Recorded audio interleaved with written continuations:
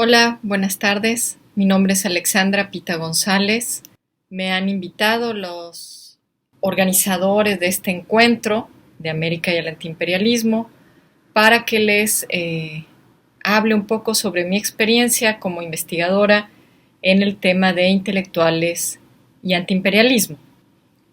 Como sabemos, el tema de antiimperialismo es un tema muy recurrido en la historia de América Latina. El antiimperialismo ha tenido momentos de auge en los cuales hay muchos grupos, muchos actores, muchas voces que se pronuncian antiimperialistas o se identifican como antiimperialistas.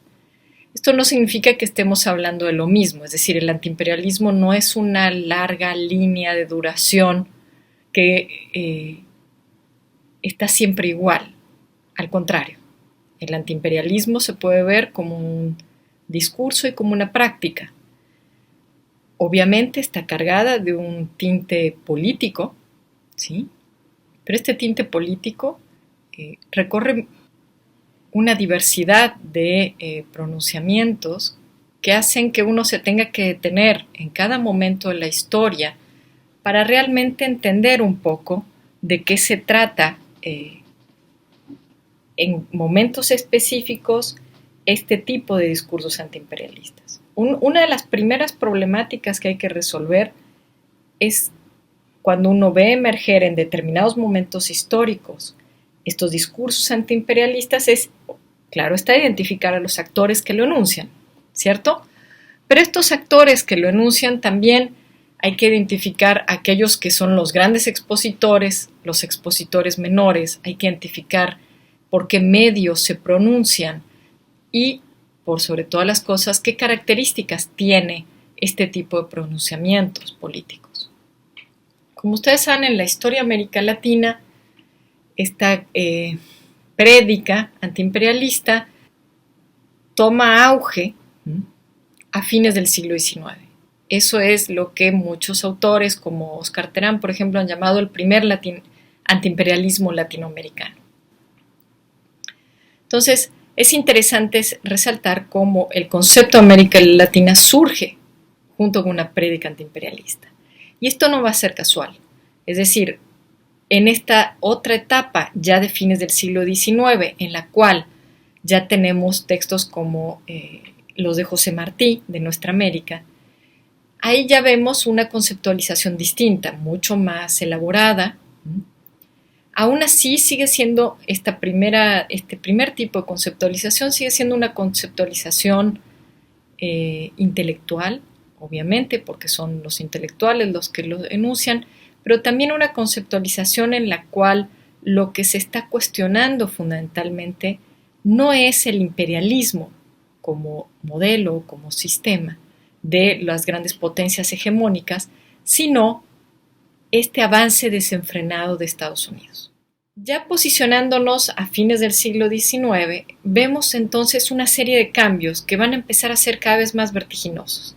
Es decir, hay momentos en donde el tiempo se acelera y ese aceleramiento del tiempo, o esa sensación de que se acelera el tiempo más bien, hace que podamos observar una mayor efervescencia de ciertas ideas. En el caso de las ideas antiimperialistas, es evidente que esto va a tener un punto de arranque a mediados del siglo XIX, pero que va a tener un punto de inflexión a fines del siglo XIX y toda la primera década, ¿sí? Ese punto va a seguir en alza. ¿Por qué va a seguir en alza? Tiene que ver con varios factores. Obviamente, el proceso modernizador en Estados Unidos, que lo va a llevar a ser una potencia hegemónica y una potencia hegemónica que se va ampliando su radio de acción y de influencia hacia América Latina, pero también los escenarios en los cuales esta prédica antiimperialista empieza a aparecer son muy interesantes de señalar. No solamente aparece en publicaciones periódicas, no solamente aparece en ciertos libros, sino que también empieza a aparecer en escenarios como el que mencionamos de la diplomacia. Cuando hablamos, por ejemplo, de las conferencias panamericanas, tenemos que recordar que desde su primera conferencia en Washington, la cual se realizó antes de la guerra hispanoamericana de Cuba, ya había una tensión importante entre los diplomáticos latinoamericanos, sobre todo entre Argentina, que encabezaba Roque Sáenz Peña la delegación, con Estados Unidos, por una pugna hegemónica. ¿Sí? En esta pugna hegemónica van a entonces a esgrimirse frases tan célebres como las de América para los americanos, que es la que está asociada a la doctrina Monroe, que embandera Estados Unidos, y la de América para la humanidad, que es la que responde Roque Sáenz Peña.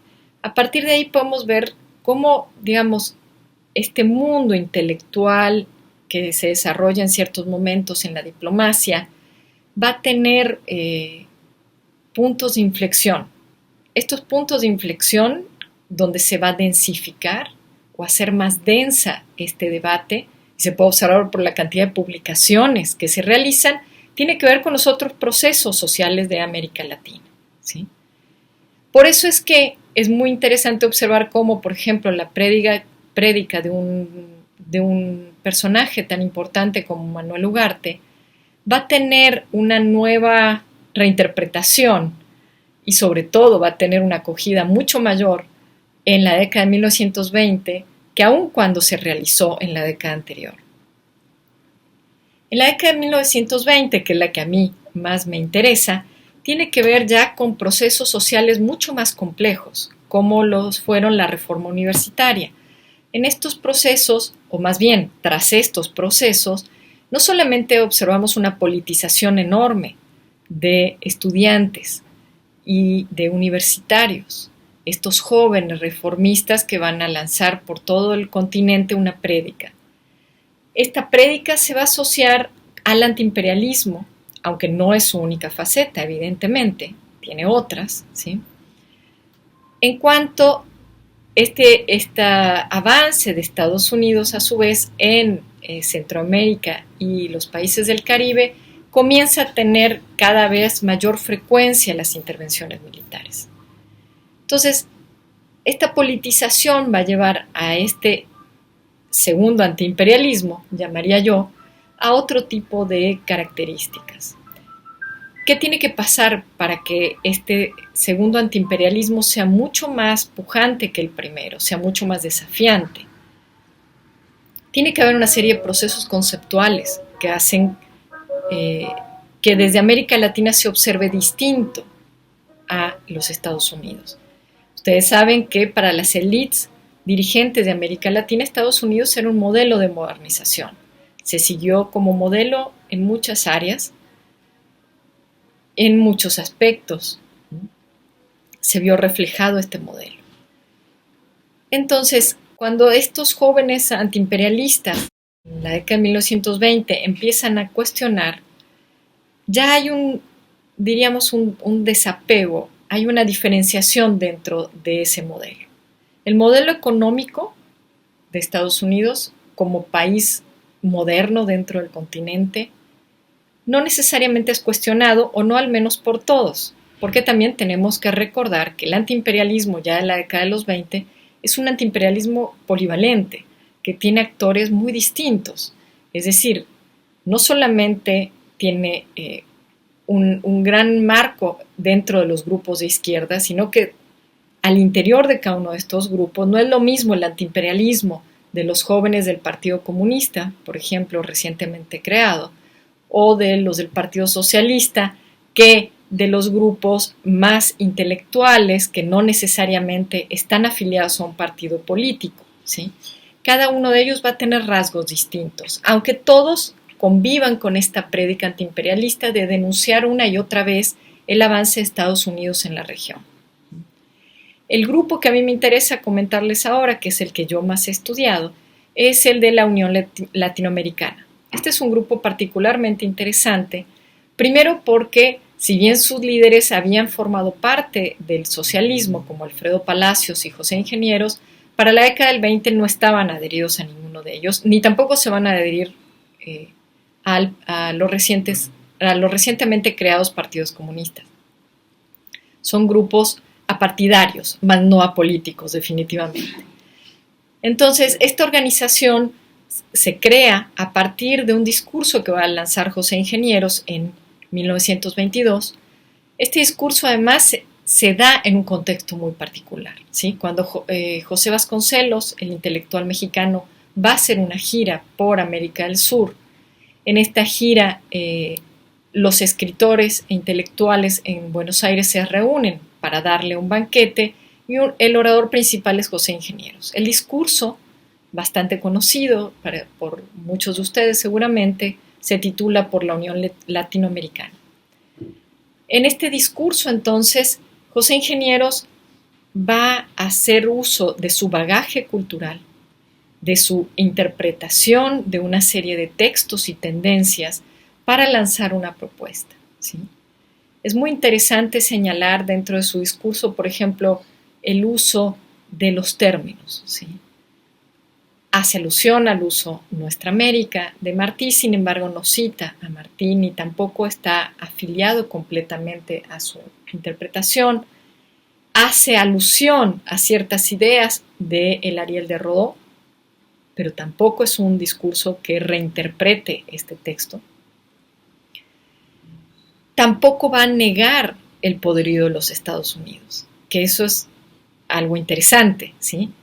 Es decir, no es un discurso que descalifica al enemigo, es un discurso que enfrenta al enemigo desde un pragmatismo, diríamos, de la situación, de un diagnóstico de cómo estaban los países de América Latina y por ende el llamado hacia la Unión Latinoamericana que hacen es un llamado de auxilio, es un llamado que no tiene que ver necesariamente con una afiliación bolivariana, ¿sí? Aunque haya algunos aspectos que se retomen de ella, sino más bien con una necesidad. América Latina se tenía que unir para hacer frente a Estados Unidos, que estaba avanzando en la región de manera sistemática, desde sus países más cercanos, como México y el Caribe y Centroamérica, pero que, según el temor de Ingenieros, en algún momento llegarían también hacia los lugares más recónditos de la América del Sur. Entonces, este discurso va a inaugurar una prédica latinoamericanista de Ingenieros que se va a difundir rápidamente a medida que se difunde su discurso. Es muy interesante cómo la red se va creando, que eso es parte de lo que a mí me interesa investigar, cómo la red se va creando a medida que las cartas circulan entre los intelectuales por leer este discurso o al enviar las reproducciones de este discurso. No olvidemos que este discurso, por ejemplo, va a ser inmediatamente publicado en Buenos Aires, pero también a los 2 meses va a ser reproducido íntegramente en México, ¿sí? Por la relación que existía entre Ingenieros y el líder yucateco Felipe Carrillo Puerto. Entonces es muy interesante cómo va circulando, se va materializando este discurso antiimperialista y 2 meses después, a inicios de 1923, se lanza el Boletín Renovación, que va a ser el órgano de expresión de este movimiento intelectual antiimperialista. Poco después, en 1925, este órgano se va a convertir a su vez en el órgano de la Unión Latinoamericana, una vez que se funda como organización, ¿sí?